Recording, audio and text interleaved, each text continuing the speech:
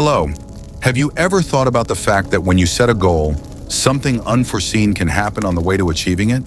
Have you often been in situations where unexpected obstacles have derailed all your plans? It is important to know that success is achieved not only by confidence or passion and hard work, but also by planning your success in detail. Every step towards your goal should be carefully thought out and planned so that unexpected twists of fate do not take you by surprise. The sages and great strategists of the past knew that completion is everything.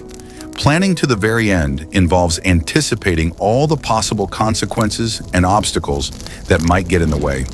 They understood that without a detailed plan that takes into account even the most unlikely scenarios, any project can fail.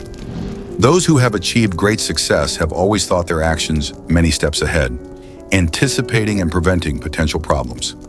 The greatest leaders of all time knew that without a clear understanding of the final goal and the path to it, luck can easily turn to failure. One day, while on a research expedition off the coast of Puerto Rico, Penelope and Mason were preparing for a challenging dive. They were going to explore deep-sea coral reefs at a depth of about 60 meters, where conditions were particularly dangerous due to strong currents and an unstable thermocline. Penelope and Mason were experienced divers, but this dive promised to be extremely challenging. Penelope approached the task with the utmost seriousness. She had checked all her equipment in advance, from the main mask and tank to the 2 spare regulators. Knowing that nitrogen anesthesia at such depths could be disastrous, she chose Trimix, a mixture with helium added to minimize the effects of nitrogen. Penelope also planned decompression stops at depths of 18, 12, and 6 meters to avoid decompression sickness and ensure a safe return to the surface. She thought out the route, checked the speed of the currents, and built in a reserve of time for emergencies. Mason, on the other hand, relied on his experience and physical endurance. He decided to use standard nitrox, despite the possible risks of diving that deep. He considered detailed calculations unnecessary, hoping that he would figure it out as he went along. On the day of the dive, he didn't bother to count the remaining gas in the tank and simply ignored Penelope's warnings about possible changes in currents. When they reached the 50-meter mark, the situation spiraled out of control. The strong underwater current was much more powerful than anticipated, and Mason began to lose his bearings. The nitrogen narcosis began to cloud his mind, causing feelings of euphoria and disorientation.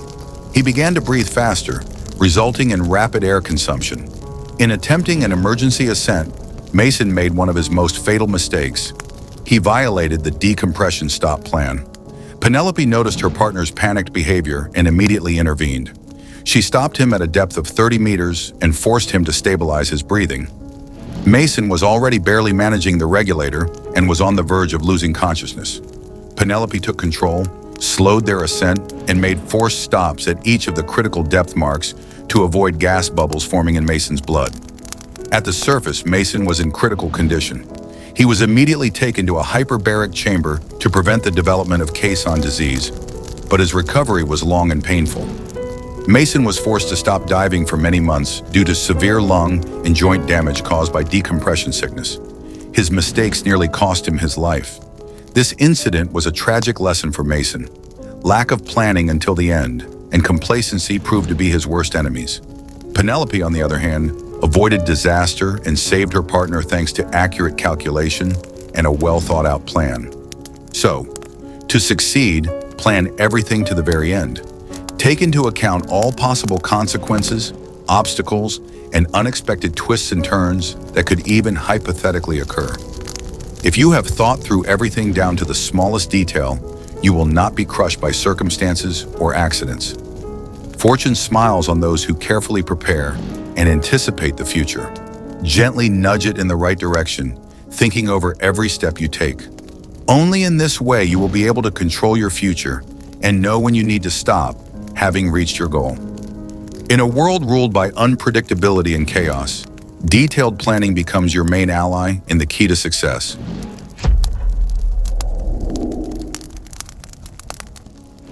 Hello. Have you ever wondered how people perceive you when they see you fidgeting or rushing around? Perhaps you've noticed that those who always appear calm and collected seem more confident and successful. Being able to manage your time and not show that you are in a hurry is an art worth mastering. Controlling your time gives you control over yourself and your life, and makes you the master not only of a particular situation, but of your destiny as a whole. The sages of the past understood that time management is one of the key factors of success. Hurry betrays an inability to manage your time and yourself, showing your weakness. True masters are never in a hurry. They capture the zeitgeist and anticipate trends that can lead them to success. They know when to step back and wait until the moment is ripe, and when it's time to act decisively and without delay. Managing your time is the ability to feel the rhythm of life and follow it. One day at an important meeting to discuss the terms of a multi-million-dollar contract between two companies involved in a very large project, where Nigel was representing one of the parties. It was a strategically important smart grid project that would optimize the management of energy resources and traffic flows in megacities, which would make both companies key players in this market for the next decades. Nigel was a little late for the talks, and this created tension in the meeting room. When he walked in, his excited and fidgety appearance was striking. Hector, representing the partner company, was the complete antipode of Nigel. Calm and confident, he watched his opponent's every move carefully. Hector quickly assessed the situation and concluded that Nigel was not too much in control, as his haste and fidgeting gave away his insecurity. This noticeable state of vulnerability in Nigel was an opportunity for Hector to increase his pressure. Hector knew that time was his ally. He remained unfazed despite the growing tension and used it to his advantage. Naturally, both companies were eager to conclude the contract on favorable terms, but for Nigel's company, it was also a matter of survival. His company was facing internal difficulties at the time, and the success of these negotiations was critical to it. It was obvious to Hector that Nigel was now in a weak position, and he began to methodically insist on his terms. With each question and suggestion he made, Nigel's confidence continued to wane. As the discussion progressed, Nigel tried to impose his terms in an attempt to retain control of key aspects of the project. But as time passed and Hector continued to remain unfazed, the pressure on Nigel grew. He realized that if he dragged his feet on the contract, the situation could spiral out of control. Hector, sensing the moment, made a decisive move. He offered terms that at first glance looked harsh, but at the same time gave Nigel the opportunity to save face on minimal, but nevertheless acceptable positions for his company. Realizing that the situation was not in his favor, Nigel began to lean towards compromise. Deep inside, he already realized that the only way out would be to agree. But his pride and fear of losing control prevented him from taking that step. Hector, with his coolness and complete control over the situation, literally pushed Nigel to a decision.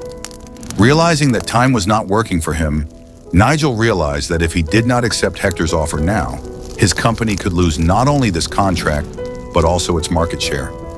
In the end, Nigel accepted the terms offered by Hector. A key point in the negotiations was that Hector noticed how Nigel was failing in his time management. His lateness to the meeting, fidgeting, and inability to remain calm were to Hector markers of Nigel's weakness and insecurity. It was this that allowed him to negotiate confidently and insist on his terms. Hector didn't rush for time. He simply watched Nigel himself give away his weak position through his lack of control. In the end, Nigel agreed to the proposed terms, realizing that he had lost the opportunity to dictate his own. Hector, on the other hand, won because he managed his time, and by remaining calm was able to use this as an advantage. So, to become a master of time management, never show that you are in a hurry. Your outward calmness and confidence will work for you, giving you the image of someone who knows that everything will come in its own time. Choose the right moments, capture the zeitgeist and trends that lead to success. Learn to wait patiently when the time has not yet come, and to act actively when the moment has come. By controlling time, you control your destiny.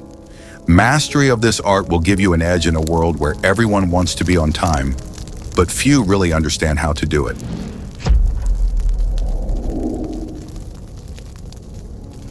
Hello.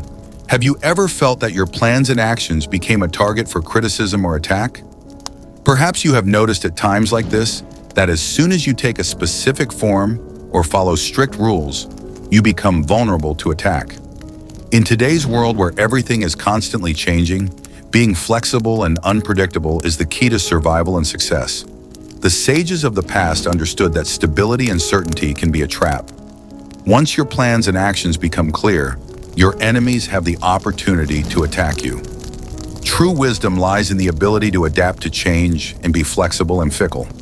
Great rulers of all times knew that nothing is permanent in this world and that rules and laws can change.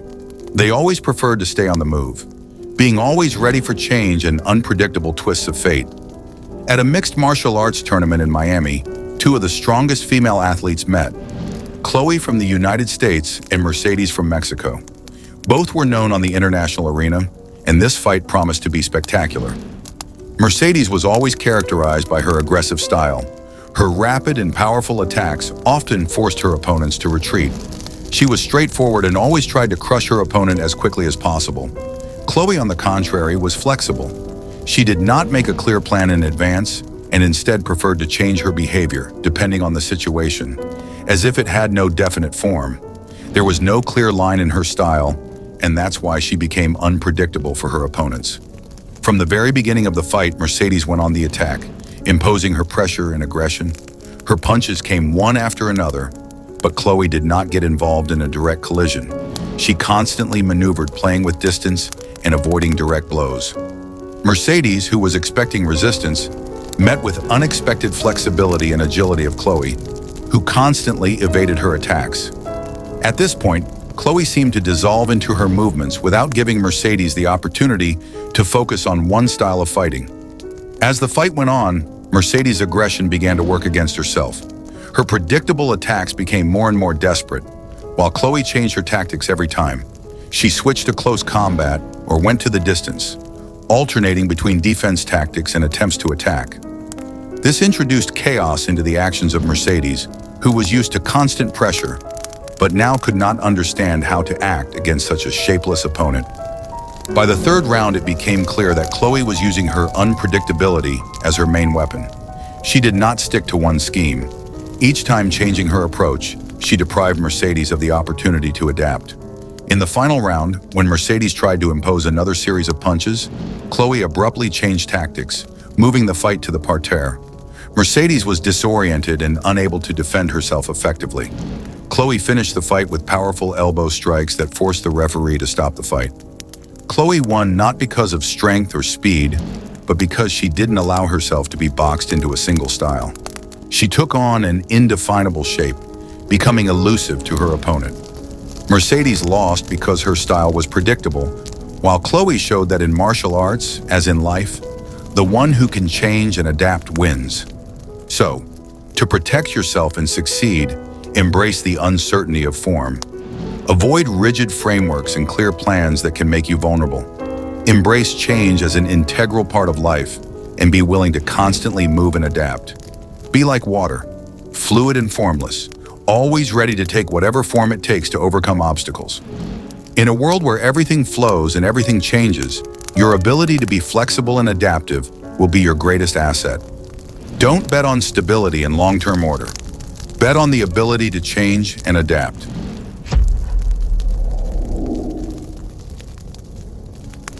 Hello.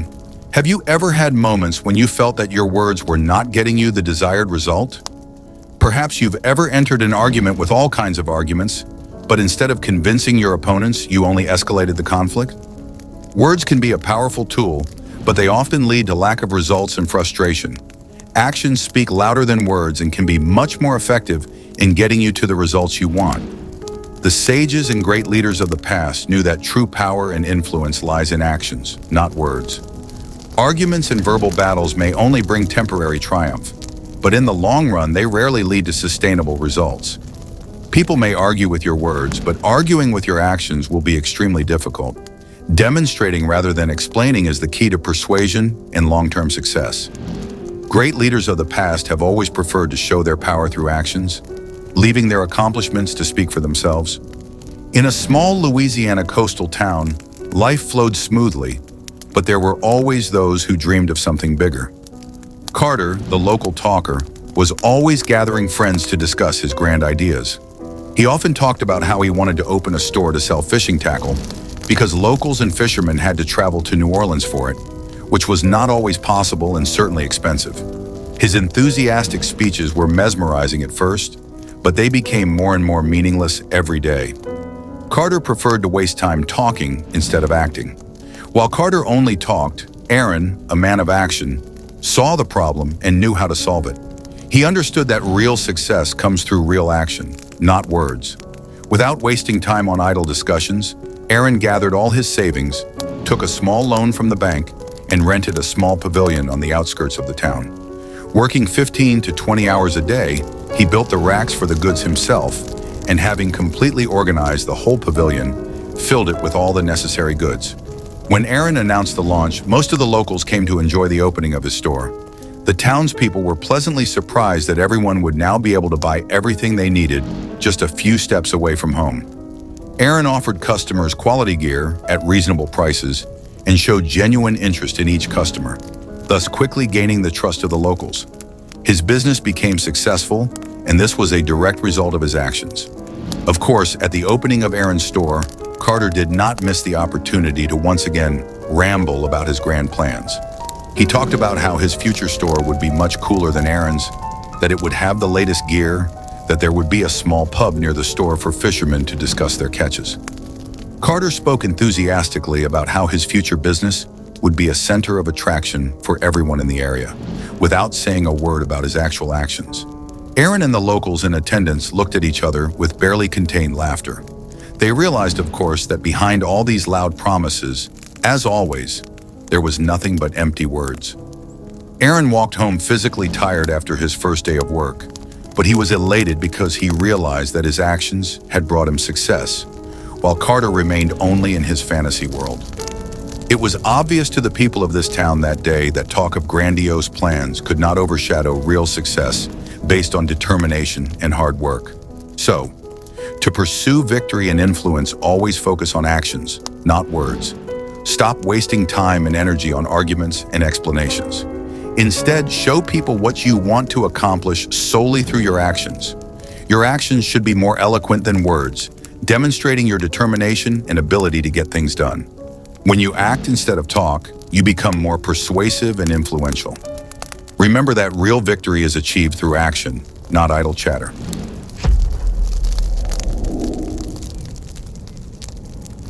Hello. Have you noticed how people around you are eager to find something to believe in? They look for meaning and purpose to follow towards it. In the absence of such guidance, people tend to find meaning in those who are able to offer them a new belief, idea, or dream. Have you wondered how you can use this quest for faith to your advantage? The great leaders of the past were skilled at playing on people's needs and desires, creating a halo of mystery around them and promising something more. They realized that people need faith, which strengthens their attachment to the leader. By creating a new value system, they inspired their followers, uniting them into a single army of their fans. The speeches of such leaders were often obscure, but full of enthusiasm and promises that fed the imagination and heart of their followers. They provided their fans with symbolic actions that strengthened their loyalty to the leader and made them a part of more than they were. One day, a situation occurred in a town in the Great Lakes region that illustrated how to play on people's needs. Conrad, who had moved to the town, was full of energy and enthusiasm and quickly won the favor of the locals. He realized that the people of this town, like all people, were looking for ways to improve their lives and wanted to realize their potential. Conrad began to gather people around him to join forces and take action. From the very first meetings, Conrad ignited people's self-confidence. His speeches were full of positive energy and inspiration. He talked about how each of them could succeed if they worked on themselves and supported each other. Conrad used simple but powerful examples to show that change is possible. He sought to instill confidence in people that they could change their lives for the better very quickly. To reinforce his ideas, Conrad organized meetings where residents could share their dreams and plans. Each week, he held inspiration nights where his followers discussed how they could work together to create opportunities for themselves and their families. These events were filled with energy and enthusiasm, and everyone left there feeling like they were on the right track. Conrad not only inspired people, but helped them see the possibilities in their current circumstances. He taught them how to make plans, share knowledge, and support each other. Under his leadership, residents began to start small businesses and to organize fairs and share services together. With each new project, people's confidence grew, and the townspeople were strengthened in the idea that they could increase their prosperity by working together. Because of his activism and the influence he had on the townspeople, Conrad was nominated for mayor of the town. He became not just a leader, but a symbol of hope and the realization of opportunity. People found inspiration and support in him, and his movement became an important part of their lives, giving them confidence in the future and creating a new culture of mutual aid and trust. Of course, Conrad acted also for his own selfish purposes, seeking power and recognition. But despite this, he really did a lot for people, helping them to see new horizons and possibilities. As a result, he gathered around him an army of fans ready to follow his example and support ideas that change people and their city for the better. This ambiguous nature of Conrad was the foundation of his success.